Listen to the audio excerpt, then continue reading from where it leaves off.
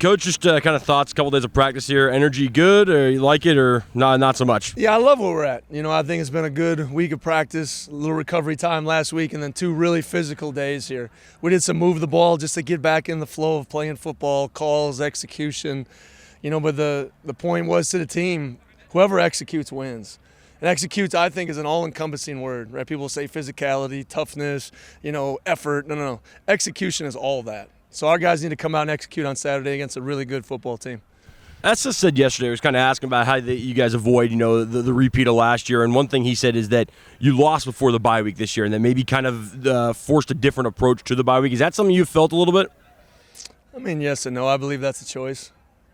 I think that's kind of admitting probably a false mindset last year. Yeah, you come off a big win, so what? You wipe that in 24 hours and you just attack the next moment. Because I told them, urgency is something that you need to have in everything that you do. Whether you're doing successful things or you're seeing failure, you got to have urgency to the process. I just think this team in general, to answer that question in a broad state, I just think this team has maybe a touch more urgency and focus to what they want to do. And there's a great opportunity in front of us, and it's Fresno State. What do you think that's a result of? Maybe a little more competitive nature. Even at O-line, it's been really ultra competitive this week, and you're talking, week 6 of the season. Coming off a bye week, those guys are scrapping because they want to play. Sometimes there's just a little bit of a mentality to that kind of infiltrates the whole team when they see those things. You guys are averaging more yak per catch in the last 10, 11 years in this program. Is that a real stat? That's a real stat. Where do you get that stat from? PFF. You love PFF. I do. Okay, it is great. What they're doing, I wish I would have thought of that 10 years ago. Probably wouldn't be standing in front of you. I'd be on a beach sipping Mai Tais, maybe, Well, yes. That's as far back as they go, yeah. You've never averaged more than you are this year, which is 7.7 or something like that. Is that by design, or is that just kind of the way it's going for you guys? Well, I give a lot of credit to Coach Edwards. I think he preaches it. He designs drills for it. I think it's, we've always had good athletic receivers, but it's just an intentionality to it. Some of that is blocking downfield and springing, having much joy is when someone else catches the ball, you're going to finish and do your job. So that's a credit to the playmakers and those guys just having the right mentality to go do it. I think Kai mentioned that, at the beginning of the year that was an emphasis for him, is trying to prove that he's more than just a deep ball kind of guy. Have you seen him kind of emphasize that, this year? Hugh, he's speaking it into existence. He just doesn't want to be known as a vertical stretch, have to throw the ball downfield wide receiver. And I think you've really seen that. Even against Boise, took a couple bubble screens and took them for 15-yard gains, make people miss. I think he's really improved in that category. So it's just another credit to a veteran guy that we've identified something he can go out and get better at, and he worked diligently to go do it, and he's seeing the results. You mentioned trying to unlock some of the pass rush on Monday with a little more speed. I'm curious, what you kind of meant by that. Is that just moving around personnel or kind of freeing those guys up in some way? Or kind of just a little bit more about a mentality to it. Like I said, crushing dashboards and squeezing guys back I think is good, but I think we do got a couple good speed rushers too that can run a rim and win an edge and dip and lean a shoulder and point the toe, and some of it's technique and understanding, and also identifying every pass rusher to me has always been different. You can't just put everybody in the same category or technique or bag. Guys need to have their speed, power, and then their counter and perfect those type of moves and techniques. So just like a normal passer, I think number one is really good, but when you move his feet and you get him off rhythm, just like anybody else, he's going to be a little bit more inaccurate, and we have to do that. And I think they got a good offensive line with a lot of experience.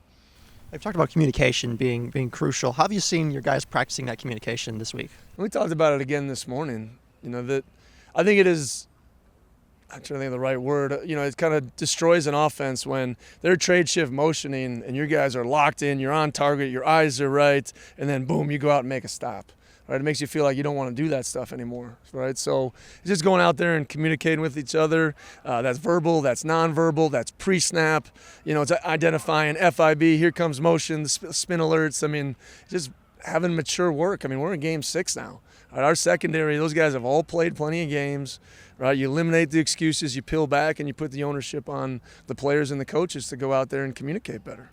When you look at the O-line competition this week, are there any moments or opportunities that that speak out to you that you've seen? Well, we put them in a bunch of competitive settings yesterday. I mean, we had our tempo period, we had third downs, moved the ball today, so we'll evaluate all those things. But it's been a good competitive room. And once again, we're not settling for anything. We're trying to look for where this group can go and be together, and that's taking the next step. But I do believe at offensive line consistency is vitally important. So I think that's why this decision had to be made, and we'll continue to evaluate the film before we get to Saturday.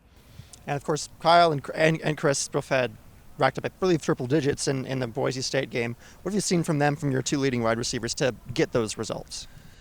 I think better practice habits. I think they've both been wildly talented, but they've come out with a really good approach every day on this field. And I think that leads to a lot of success come Saturdays. Like, you got to win the game before you play it. We've been stressing that for the last 10 days. So to see those guys really put in the work and to get it to application on the field, I think that's a really proud moment for a coach. I mean, that's what you want to see. That's what you want to help these guys do. So we're going to need more of those performances as we go through the rest of the schedule.